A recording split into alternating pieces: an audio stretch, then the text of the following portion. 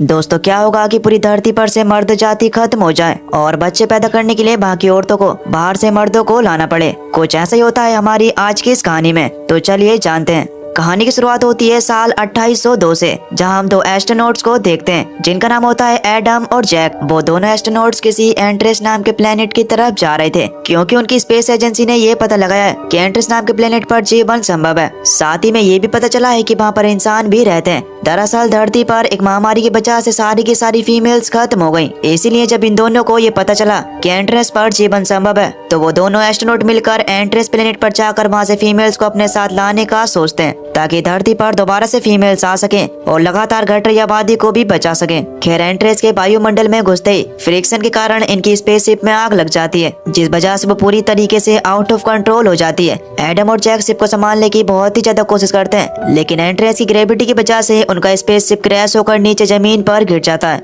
अब इस क्रैश में एडम को तो कोई भी चोट नहीं लगती, लेकिन जैक के कंधे में एक मेटल का टुकड़ा फंस जाता है, जिससे उसका काफी खून बह रहा होता है। ये देखकर एडम जल्दी से उसकी हेल्प करते हुए उसे पेन किलर का इंजेक्शन लगा देता है। यहाँ पर हम एंट्रेस प्लेनेट को भी देख पाते हैं, जो कि पूरी तरीके से बंजर पड़ा हुआ था। वो प्लेनेट चारों तरफ से देखने में सिर्फ रेगिस्तान की तरह लग रहा था। दूर दूर तक ना तो कोई इंसान और ना ही खाने पीने का कोई सोर्स। ये देख वो दोनों मन ही मन सोच रहे होते हैं कि कहीं हम किसी गलत प्लेनेट पर तो नहीं आ गए, या फिर ऐसा भी हो सकता है कि ये जो इंसानों का एंट्रेस पर होने की बात है ये सिर्फ एक अफवाह है। वो दोनों ये सब सोच रहे होते हैं कि तभी उन्हें दूर से एक कुत्ते के भौंकने की आवाज आती है, जो सुनकर एडम उस आवाज का पीछा करता है। आवाज के सोर्स पर पहुंचने पर एडम को एक बच्चे के हाथ में वो कुत्ता दिखाई देता है। एडम उस बच्चे से बात करने की कोशिश करता है, लेकिन उसे देखकर वो बच्चा डर गया और वो वहाँ से भागने लगता है। ये देख एडम भी उस बच्चे का पीछा करता है, लेकिन वो बच्चा रेगिस्तान की गर्म धूप में भागते भागते महिलाओं के एक ग्रुप के सामने आ जाता है, जो देखने में किसी योद्धा जैसी लग रही होती है। बच्चे को देखते ही वो महिलाएं उसे पकड़कर अपने साथ ले जाती हैं। दोस्तों अभी लोग बच्चे को पकड़कर ऐसे क्यों लेकर जा रहे हैं ये तो हमें आगे ही पता चलेगा।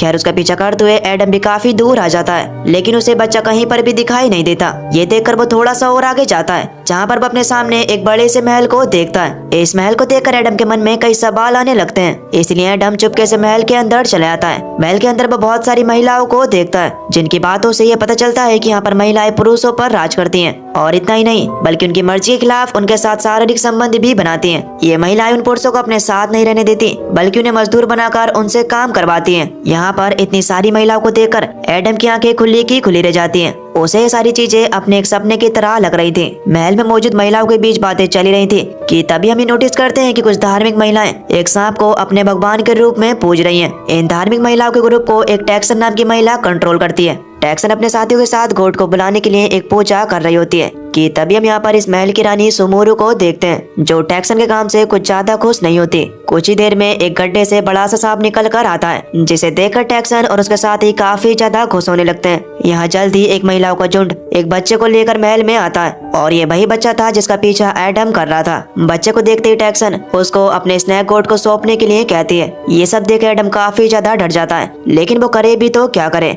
वो चुपचाप वहीं खड़े होकर सब कुछ देखता रहता है। बच्चे के चेहरे से जैसे ही नकाब हटता है तो उसकी बहन डोब बीच में आ जाती है। वो टैक्सन को समझाने लगती है कि ये मेरा भाई है, मैं इसे कुछ भी होने नहीं दे सकती, लेकिन टैक्सन उसकी बात नहीं मानती। तब डोब उसके साथियों पर हमला कर देती है। इस लड़ाई के बीच टैक्सन के ग्रुप की एक महिला को उसने गोट खा जाता है, जिस वजह से टैक्सन काफी ज्यादा नाराज हो जाती है। दरअसल डोब इस बच्चे की बहन होने के साथ साथ समूरू की खास गार्ड भी होती है। इस लड़ाई को देखकर एडम इतना तो समझ जाता है कि यहाँ पर महिलाएं दो ग्रुप में बटी हुई हैं। एक टीम में धार्मिक महिलाएं जो कि टैक्सन की बात सुनती हैं, वहीं दूसरी एक टीम रानी समूरू की है, जहां उसके साथी अपनी रानी की बात सुनते हैं। वहीं अब अपने साथियों की मौत को देखकर टैक्सन अपने बाकी साथियों को डोब को पकड़कर बंदी बनाने के लिए कहती है, लेकिन ऐसा होता हुआ देख रानी समूरू बीच में आ जाती है और टैक्सन को ऐसा करने से मना करती है। लेकिन टैक्सन रुकने वाली नहीं थी और इन दोनों के बीच यहाँ पर बहस होना शुरू हो जाती है। इसी बीच एडम जो सब कुछ एक कोने में छुप कर देख रहा था, उसी वक्त वहाँ पर उसके फोन पर जैक का कॉल आ जाता है, जिससे महल में मौजूद सभी महिलाओं का ध्यान उसकी तरफ चला गया। एडम को देखते ही टैक्सन अपने साथियों को उसे पकड़ने के लिए बोल देती है, क्योंकि एंट्रेस प्लेनेट के नियमों के अनुसार छुपकर महिलाओं की बातों को सुनना बहुत ही बड़ा गुनाह है। इसीलिए खुद को बचाने के लिए एडम अपनी बंदूक से हवा में फायर कर कर वहाँ से भाग निकलता है। अब इसी मौके का फायदा उठाकर वो बच्चा भी वहाँ से भाग गया था, जिसके कुछ देर बाद हम देखते हैं कि वो बच्चा एडम के साथ उसकी स्पेसशिप की तरफ भाग रहा होता है। वहीं टैक्सन के साथी भी लगातार उनका पीछा कर रहे होते हैं। बच्चे को बचाने के लिए एडम उसको अपनी स्पेसशिप में भेजकर खुद भी अंदर जा ही रहा होता है कि तभी टैक्सन के कुछ लोग उसके पैर में तीर मार देते हैं, जिससे वो घायल हो जाता है। लेकिन फिर भी एडम जैसे तैसे बड़ी मुश्किल से अपने स्पेसशिप में वापस आ गया, मगर तीर पर जहर लगे होने की वजह से उसकी हालत लगातार खराब हो रही होती है। इसके कुछ ही देर बाद रानी समूरू भी अपने गार्ड्स के साथ वहाँ पर पहुँच जाती है और टैक्सन के लोगों को वहाँ से जाने के लिए कहती है। कुछ देर बाद रानी समूरू भी स्पेसशिप में आई, जहाँ एडम गंभीर हालत में पड़ा हुआ था। ये देखकर रानी अपने बालों में से एक हेयर पिन निकालकर एडम को लगा देती है, जिससे उसकी हालत में धीरे धीरे कर सुधार आने लगता है। खैर अगले सीन में हम एडम और जैक को रानी के महल में देखते हैं। एडम की नींद से उठते ही जैक उसे बताता है कि मेरी रिसर्च के मुताबिक ये प्लेनेट 2 महीनों के अंदर खत्म हो जाएगा, क्योंकि यहाँ पर पल पल में भूकंप आता रहता है जो धीरे धीरे करके इस प्लेनेट को खत्म कर देगा। ये दोनों आपस में बात कर ही रहे होते हैं कि तभी इन्हें एक बड़े से भूकंप का झटका लगता है। ये देखकर एडम थोड़ा परेशान हो गया और वो कुछ सोचता है। अब तभी वहाँ पर रानी के गार्ड्स आकर उन्हें रानी के पास चलने के लिए कहते हैं। ये दोनों जब रानी समूरू के पास पहुँचे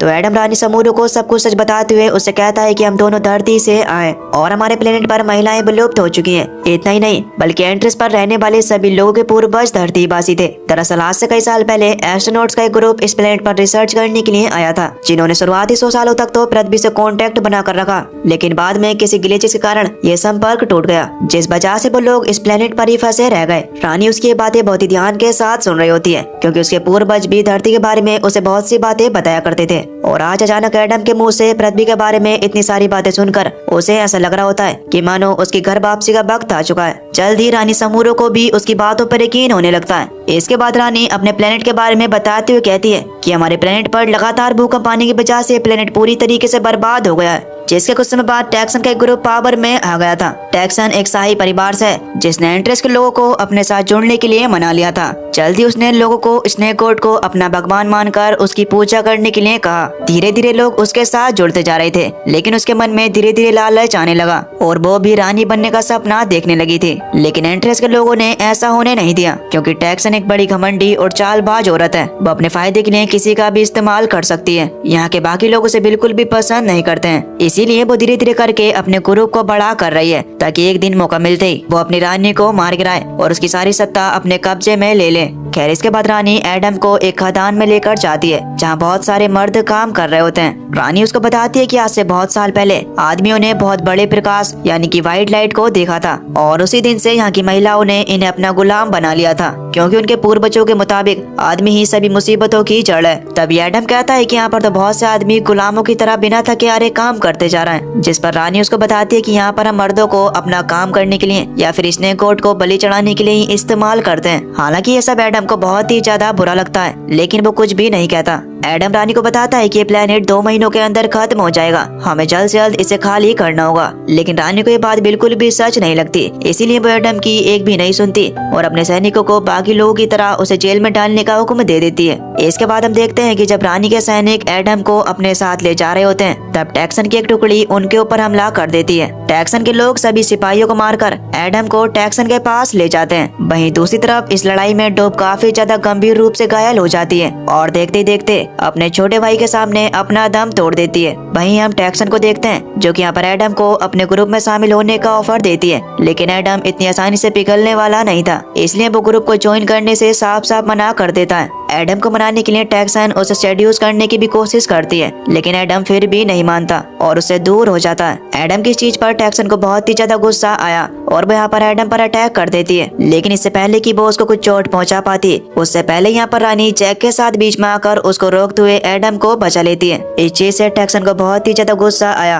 और वो उल्टा रानी पर ही हमला कर देती है, लेकिन रानी एक ही मौके में उसे दूर गिरा देती है, जिससे टैक्सन वहीं पर बेहोश हो गई। जल्दी रानी एडम और जैक को वहाँ से अपने सैनिकों के साथ लेकर निकल जाती है। रास्ते में जैक एडम को बताता है कि पुराने झटकों की वजह से अब हमारे पास बहुत ही कम समय बचा है, ये प्लेनेट कभी भी तबाह हो सकता है। वहीं दूर से रानी इनकी सारी बातें सुन रही होती है, इसीलिए वो एडम के पास आकर उसे एक व्हाइट जोन नाम की जगह के बारे में बताती है, जहाँ काफी लंबे समय से कोई भी नहीं गया था। दोस्तों दरअसल ये वही जगह है जहाँ हजारों सालों पहले पृथ्वी से आया स्पेसशिप लैंड हुआ था। रानी की बात सुन एडम और जैक काफी ज्यादा खुश होते हैं, क्योंकि यहाँ पर उनको उम्मीद की एक किरण दिखाई देती है। इस स्पेसशिप को ठीक करते ये दोनों अपने प्लेनेट के लिए निकल सकते हैं। जल्दी रानी इनकी मदद करने के लिए भी मान जाती है, इसीलिए वो एडम और जैक को अपने साथ व्हाइट जोन नाम की उस जगह पर ले जाने लगी। उसी दौरान अपनी बहन को खोने के बाद वो बच्चा भी इनके साथ हो जाता है। तभी हम देखते हैं कि सूखी बंजर जमीन पर चलने के बाद इन्हें पता चलता है कि टैक्सन के लोग भी इनका पीछा कर रहा है। इसलिए यहाँ पर रानी और एडम मिलकर एक प्लान बनाते हैं। अपने प्लान की मदद से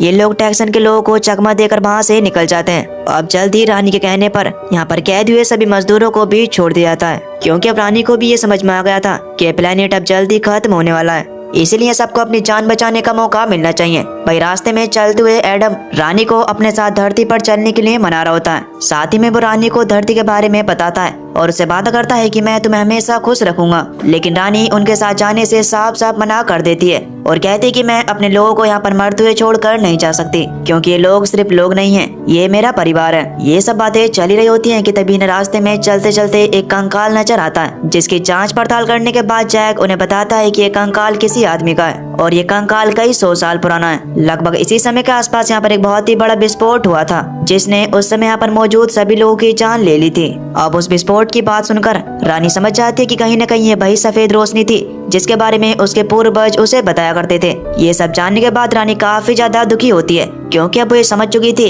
कि उन्हें अभी तक जो भी कुछ बताया गया था कि आदमी बहुत ही खतरनाक होते हैं, वो सिर्फ एक झूठ था। जिससे दुखी होने के साथ साथ यहाँ पर रानी को बहुत ही ज्यादा गुस्सा भी आता है कि सिर्फ एक गलती की वजह से आदमी सदियों से हमारी गुलामी करते आ रहा है। लेकिन उसे एडम समझाता है कि तुम्हें सब कुछ भूलकर आगे बढ़ना चाहिए, क्योंकि अब हमारे पास कुछ ज्यादा समय नहीं है। खैर जल्दी ये सभी लोग व्हाइट जोन के पास पहुंच जाते हैं। ये व्हाइट जोन कुछ और नहीं बल्कि एक बहुत ही बड़ी स्पेसशिप थी। जैक और वो बच्चा मिलकर स्पेसशिप का इंजन देखते हैं। वहीं एडम रानी के साथ मिलकर बाकी टेक्निकल चीजों को चेक कर रहा होता है। बड़ी मुश्किल से जैक और एडम स्पेसशिप को स्टार्ट कर ही लेते हैं। जैक और एडम काफी ज्यादा खुश थे, क्योंकि अब वो दोबारा से पृथ्वी पर जा सकते हैं। लेकिन अब तभी वहाँ पर टैक्सन आकर रानी और उसके साथियों पर जोरदार हमला कर देती है। एक एक कर वो लोग पूरी स्पेसशिप को बर्बाद कर रहे होते हैं। इसीलिए मजबूरन रानी समूरो और उसके साथियों को लड़ाई में उतरना पड़ता है। यहाँ एक घमासान युद्ध शुरू हो जाता है। एडम यहाँ पर अपनी हाईटेक गन से टैक्सन के सभी साथियों को मार डालता है, लेकिन टैक्सन अभी भी हार मानने के लिए राजी नहीं थी और अब वो रानी समूरो के साथ दो हाथ करने के लिए कहती है।